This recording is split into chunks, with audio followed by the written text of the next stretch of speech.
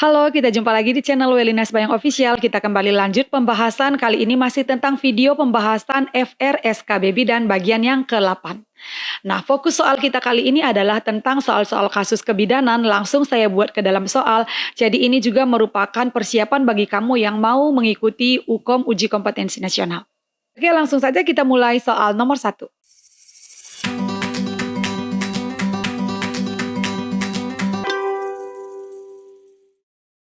Oke, soal nomor 1. Seorang perempuan baru melahirkan di praktek mandiri bidan setelah diperiksa kondisi tali pusat ditemukan insersio filamentosa. Apakah faktor penyebab dari kasus tersebut? A. Gemeli, B. Molahidatidosa, C. Hipertensi, D. Primipara, E. Multipara.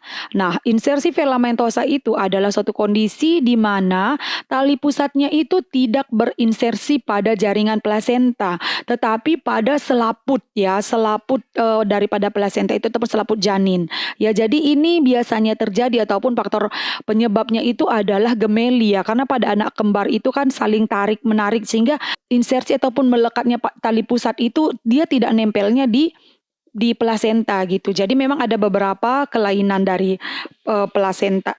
Kelainan dari tempat lengket ataupun insersi plasenta. Ada yang insersi plasenta marginalis ya di pinggir, lateralis juga di pinggir ya bagian tepi. Jadi ada beberapa kelainan insersi tali pusat ini, ada yang lateralis, marginalis ya, normalnya adalah berada nempelnya itu di tengah ya.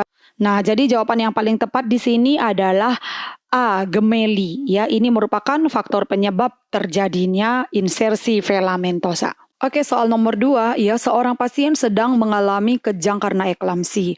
Bidan memberikan magnesium sulfat. Apakah syarat tindakan yang harus diperhatikan bidan pada kasus tersebut kecuali? Ya, jadi ini adalah syarat pemberian MgSO4 namun ada kata kecuali ya. A. Refleks patella positif, B. diuresis 100 cc dalam 4 jam terakhir, C. tersedia antidotum kalsium glukona 10%, D. respirasi minimal 16 kali per menit, E. tersedianya diazepam. Nah, di sini jawaban yang paling tepat itu adalah E ya, karena ya syarat kita memberikan MgO4 ini adalah yang pertama ya, refleks patellanya memang harus positif, kemudian diuresis 100 cc dalam 4 jam terakhir, atau bisa juga nanti dalam soal itu dibikin langsung diuresisnya itu 25 cc per jam ya, 25 cc 1 jam terakhir. Jadi kalau dalam 4 jam terakhir 100 cc, kalau dalam 1 jam terakhir itu minimal urinnya itu 25 cc. Kemudian tersedia antidotum kalsium glukona 10% dan respirasinya itu minimal ya 16 atau lebih dari 16 kali per menit. Nah, itu adalah merupakan syarat pemberian MgSO4. Jadi jawabannya adalah E, tersedianya diazepam. Oke, soal nomor 3 ya. Seorang perempuan datang memeriksakan kehamilannya. HPHT adalah 10 Desember tahun lalu. Tanggal pemeriksaan adalah 10 Februari. Berapakah usia kehamilan pasien tersebut? A. 9 minggu 4 hari, B. 8 minggu 4 hari, C. 7 minggu 4 hari, D. 6 minggu 4 hari, E. 5 minggu 4 hari.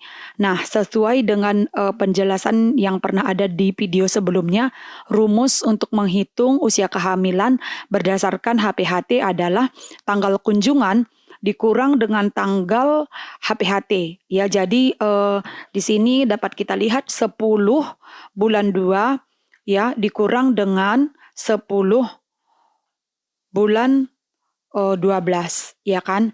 Nah, jadi 2 kurang 12 kan nggak bisa ya, jadi diambil 1 tahun. Jadi artinya 14 dikurang 12 ya, 14 dikurang 12 ya kan. Nah, jadi jawabannya adalah 2. Rumusnya kali 4 kali 2 ya, 2 kali 4 sama dengan 8 minggu, 2 kali 2 sama dengan 4 hari. Jadi jawabannya adalah 8 minggu 4 hari. Jawabannya B. Oke, soal nomor 4 cukup gampang ya. Seorang ibu datang membawa anaknya untuk imunisasi. Bidan memberikan imunisasi untuk mencegah penyakit TBC. Apakah jenis imunisasi yang diberikan bidan tersebut? A. BCG, C. B. DPT, C. HIP, D.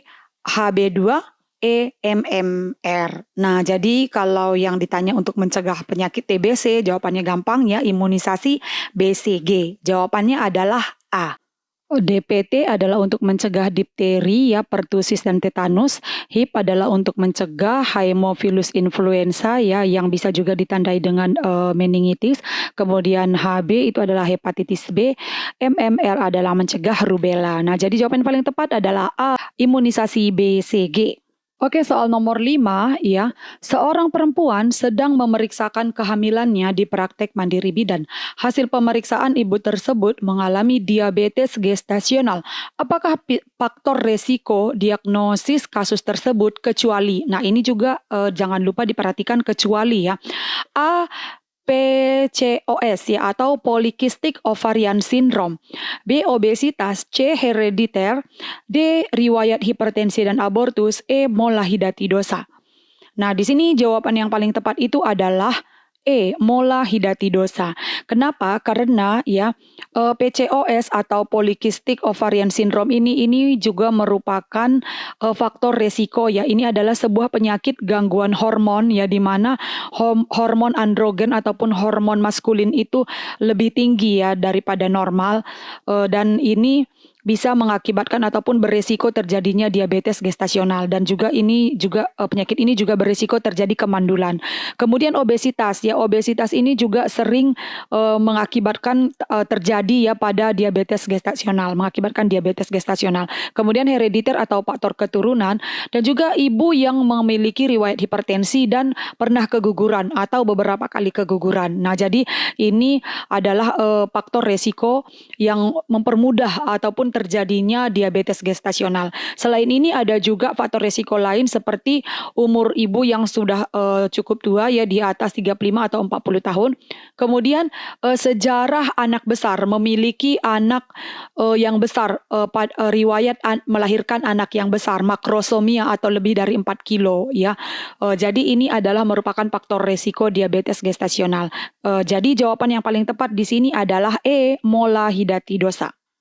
Oh iya, seorang bayi berumur 8 bulan mengalami putih di bagian langit-langit mulut karena sudah mulai diberi makan. Apakah diagnosis yang tepat pada kasus tersebut? A, kandidiasis. B, stomatitis. C, sariawan. D, cheilitis simplex. E, cheilitis angular. Nah, di sini jawaban yang paling tepat itu adalah kandidiasis ya. Kandidiasis ini sama dengan yang biasa juga kita kenal dengan oral thrush ya, di mana infeksi yang disebabkan oleh jamur ataupun Candida albicans. Nah, sedangkan stomatitis ini sama dengan sariawan ya. Stomatitis atau sariawan itu adalah sebuah kelainan ya, kelainan kelenjar pada bagian mulut ya. Kemudian kalau cheilitis simplex ini ditandai dengan bibir yang kering dan pecah-pecah, dan kalau cheilitis angular itu di mana bibir yang pecah di bagian sudut bibir ya, kering dan pecah-pecah di bagian sudut bibir. Nah, jadi karena ini yang bagian putihnya di bagian langit-langit ini salah satu dari gejala kandidiasis ataupun oral thrush ya. Jadi jawabannya adalah A. Terima kasih bagi kamu yang sudah dukung channel Welina Sembayang Official. Sekian dulu pembahasan kita kali ini. Semoga bermanfaat.